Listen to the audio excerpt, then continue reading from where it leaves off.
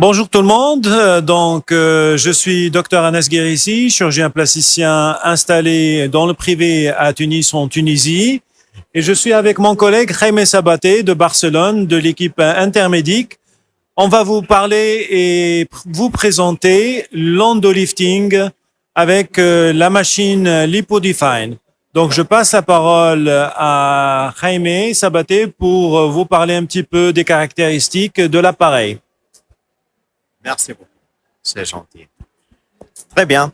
Alors, on va donc vous parler autour de cette machine. Vous savez, c'est un laser à diode qui travaille avec une longueur d'onde de 1470 nanomètres. Donc, vous savez qu'on est très bien placé sur la courbe d'absorption de l'eau, aussi bien que la courbe d'absorption de la graisse. C'est pour ça que, de la même façon qu'on parle de endolifting, qu'est-ce qu'il fait cette technique? Facilement. Elle va tenser la peau relâchée d'une façon interne grâce à la fibre optique qu'on va percer dedans de le tissu. Depuis sa pointe, on va délivrer cette énergie thermique qui va chauffer le tissu conjonctif et donc les protéines qui habitent dedans de ce tissu conjonctif en échauffant l'eau qu'il y a autour d'elle. D'accord? Et de cette façon, on va raffermir, tonifier cette peau relâchée. Je vous avais dit, aussi on est très bien placé sur la courbe d'absorption de la graisse. Donc, on va liquéfier les amas graisseux, les adiposités localisées. Oui, mais comment, Jacques? C'est magique parce que la même longueur d'onde, il fait deux choses assez différentes parce que les réglages vont être assez différents. Donc, on doit bien paramétrer, on va bien régler et maîtriser bien. Donc, pour lui demander à la technique de faire une chose ou faire une autre, et bien sûr, la praxis manuelle va être aussi importante pour être dans une couche ou être dans un autre plein de tissu, bien sûr. Donc, la chose la plus difficile que vous, normalement, me demandez, c'est que, Jacques, les réglages, les paramètres, dans tous les appareils de l'électromédecine, c'est le plus important de bien lui mettre l'information à la machine. Ne vous inquiétez pas. La bibliothèque de traitement va vous conseiller les dosimétries qui sont déjà suggérées pour chaque procédure. Ça soit visage, ça soit corps, parce qu'on a dit de tenser la peau relâchée du visage ou du corps. Et on peut aussi travailler les amas graisseux du visage, mais aussi du corps, si sur le corps sont petits. D'accord? OK. On va vous présenter aussi les accessoires, mais ça sera après. Parce que la partie la plus importante pour vous, je suis sûr, c'est l'application clinique. Donc, c'est Dr Guérissi qui va vous expliquer tout ça. D'accord? On y va, s'il vous plaît. Merci Jaime. Alors, pour côté pratique, je vais vous expliquer un petit peu comment ça se passe. C'est une courbe d'apprentissage qui est très facile, que ce soit pour les chirurgiens ou les médecins esthétiques. Donc, comme a dit Jaime, en fait, il y a la bibliothèque, donc le choix de la zone à traiter, c'est simple. Il y a l'endolift corporel et il y a l'endolift du visage. Donc, en fonction de la zone qu'on va traiter, il faut choisir la fibre adéquate, le diamètre adéquat. Donc là, on peut choisir l'endolifting du visage avec les différentes zones à traiter. Et dès qu'on appuie dessus, donc on a les paramètres qui sont bien installés. Il faut juste différencier entre la lipolyse et le raffermissement cutané. Ce qui différencie, c'est la longueur de la pulsation. Quand on va faire la lipolyse, on doit l'augmenter et augmenter aussi les watts, c'est-à-dire la puissance, pour être agressif et comme ça pouvoir casser la graisse et la faire fondre. Dès qu'on finit le cycle, on peut passer au raffermissement cutané. Ça sera les mêmes paramètres, mais on diminue les watts, c'est-à-dire la puissance et la pulsation, avec un temps d'exposition plus court. Pourquoi? Parce que déjà avec la lipolyse, la zone est bien chauffée, donc on aura besoin de moins d'énergie pour obtenir l'effet rétractant, liftant et raffermissant. La première étape essentielle, à mon avis, c'est la bonne sélection des patientes. Alors, l'indication de l'utilisation de l'endolifting, c'est surtout les patientes qui se présentent en consultation avec un relâchement cutané minime à modéré, avec des amas graisseux, comme a dit Jaime, bien localisés. Et c'est un appareil qui est versatile et flexible. Pourquoi? Parce que ça nous permet de travailler, que ce soit au bloc opératoire pour le chirurgien et que ce soit au cabinet sous anesthésie locale pour les médecins esthétiques. C'est un appareil sûr et efficace. Il n'y a pas de cicatrice. Il y a juste les points d'entrée de trocar ou de l'aiguille à 14 ou 17 gauche. On utilise une anesthésie locale, de la lidocaïne adrénalinée pour anesthésier la zone à traiter. Chose importante à souligner, c'est qu'il faut utiliser des petites quantités d'infiltration ou d'anesthésique. Pourquoi? Parce que, comme on a dit, la courbe d'absorption du liquide ou de l'eau, elle est importante. Donc, il ne faut pas trop infiltrer parce que notre cible, c'est la graisse. Donc, on utilise par zone, on va travailler, on va injecter de 1 à 1,5 cm3 ou cc de xylocaïne adrénalinée. On va faire des petits trous, les pré-trous avec une aiguille trocar. Et après, on introduit notre laser et bien sûr, on travaille selon le cycle choisi. Alors, c'est quoi le endpoint? C'est-à-dire, quand est-ce qu'on sait qu'on a bien travaillé notre zone et qu'on arrête le traitement? Soit à l'apparition d'un érythème ou de rougeur. Là, on sait que la peau elle est bien chauffée, donc on arrête le cycle. Mais ça, c'est pas visible tout le temps. Pourquoi?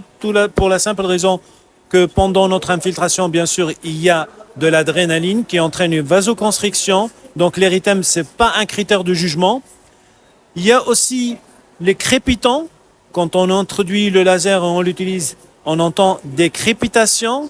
C'est le signe de l'apoptose. Donc, dès qu'il n'y a plus de crépitants, on sait qu'on a fini la lipolyse et on passe aux zones de raffermissement cutané. Il y a aussi le crédit cutané ou le pincement cutané. Donc, on pince la peau et on compare la zone traitée par rapport à la zone non traitée. On voit bien la différence instantanée sur le raffermissement de la peau. Et bien sûr, le crédit cutané, en bougeant la peau, on sent que la peau elle est plus tonique, plus ferme et plus liftée. Encore un autre truc, c'est l'utilisation de la caméra thermique qui permet de voir l'augmentation de la température cutanée superficielle. Donc on voit bien que la température elle augmente, donc on est bien en train de chauffer la peau. Et en plus, ça nous permet par sécurité d'arrêter le traitement quand ça atteint les 40 degrés Celsius, donc pour éviter tout risque de brûlure.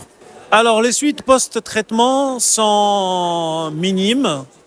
Il y a bien sûr l'érythème et la rougeur, donc la patiente doit mettre de la glace à la maison et se protéger du soleil pour éviter les zones d'hyperchromie.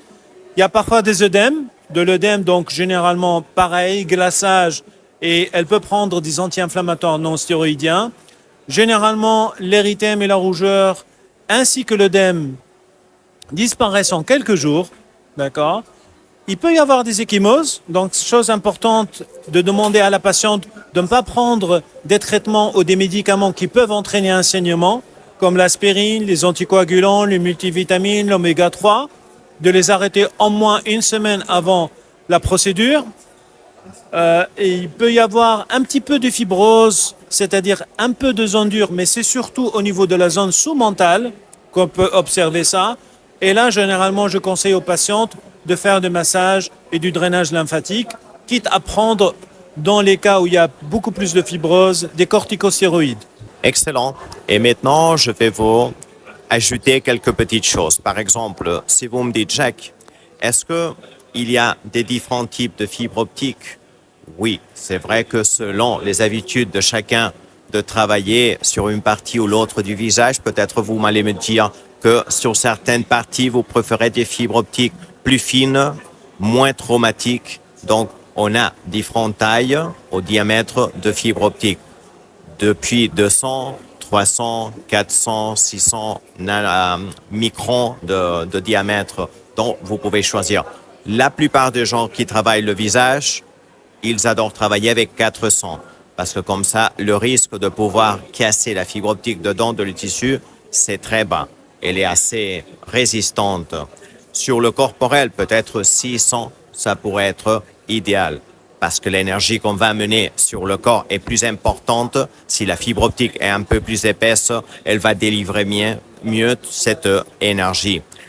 Est-ce que pendant une séance, peut-être, vous avez besoin de couper la pointe de la fibre optique si jamais vous voyez que c'est un peu carbonisé parce qu'il y a des détritus, des restes biologiques qui se sont collés et vous suspectez que peut-être l'énergie est diminuée? Bien sûr, on vous fournit un couteau autoclavable et dedans du cabinet, pendant la séance, vous pouvez le prendre et couper cette petite pointe endommagée, 5 mm.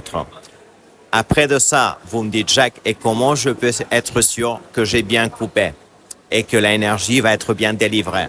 Vous avez un capteur là qui est caché en bas de ce petit bouchon de protection et là, vous pouvez vérifier. Et si vous me dites, Jacques, mais quand j'appuie la fibre optique dedans du capteur, je vais la contaminer parce que c'est sale. Alors, vous autoclavez ce petit tube en verre, vous appuyez la fibre optique dedans, vous choisissez le mode test, vous appuyez la pédale et la machine va vous dire si c'est bien coupé ou non. Donc, tout est prévu pour garantir que l'efficacité thérapeutique et la sécurité thérapeutique est toujours préservée. Si jamais la fibre optique, ça vous glisse entre les gants, vous pouvez prendre une petite pièce à main en acier inoxydable chirurgical qui est autoclavable et vous pouvez lui ajouter une petite canule. Vous en avez de différents calibres selon la fibre optique que vous allez utiliser et vous pouvez la brancher par l'Overlock directement à la pièce à main. Vous introduisez la fibre optique dedans et vous pouvez travailler très facilement, très commodement, d'une façon sécure pour être confortable quand vous délivrez la séance. Est-ce qu'on doit se protéger les yeux parce que c'est un laser? Oui, normalement, avec tous les lasers, on doit se protéger. Vous avez des lunettes qui sont d'un bleu clair qui ne vous ennuiera pas quand vous délivrez la séance de traitement parce que c'est assez clair. Donc, mais on doit le faire de se bien protéger. D'accord? OK, donc pour l'instant, je crois que les choses les plus importantes pour vous résumer, les points clés les plus importants sont déjà dits. D'accord? Sur les formations, les ateliers qu'on fera, on va vous élargir un peu plus l'information. D'accord? Oui, je vous remercie, Jaime. Alors, juste pour conclure, les choses à retenir, c'est que l'endolifting, c'est une technique qui est sûre et efficace, avec un taux de satisfaction des patientes qui est élevé. Donc, la courbe d'apprentissage, elle est courte. La période de convalescence, elle est courte. Donc, il n'y a pas d'exclusion socio-professionnelle longue pour les patientes. Donc, c'est très important pour les femmes actives professionnellement. Et voilà, donc, le consommable n'est pas cher et le retour sur investissement, il est satisfaisant. Voilà, moi, je conseille à tout le monde d'ajouter ce bijou technologique dans son arsenal thérapeutique. Et voilà, donc, je pense que ça va vous aider à recruter plus de patientes et à fortifier votre assise professionnelle et votre réputation. Merci, Jaime. Et je vous dis à bientôt. Merci à vous.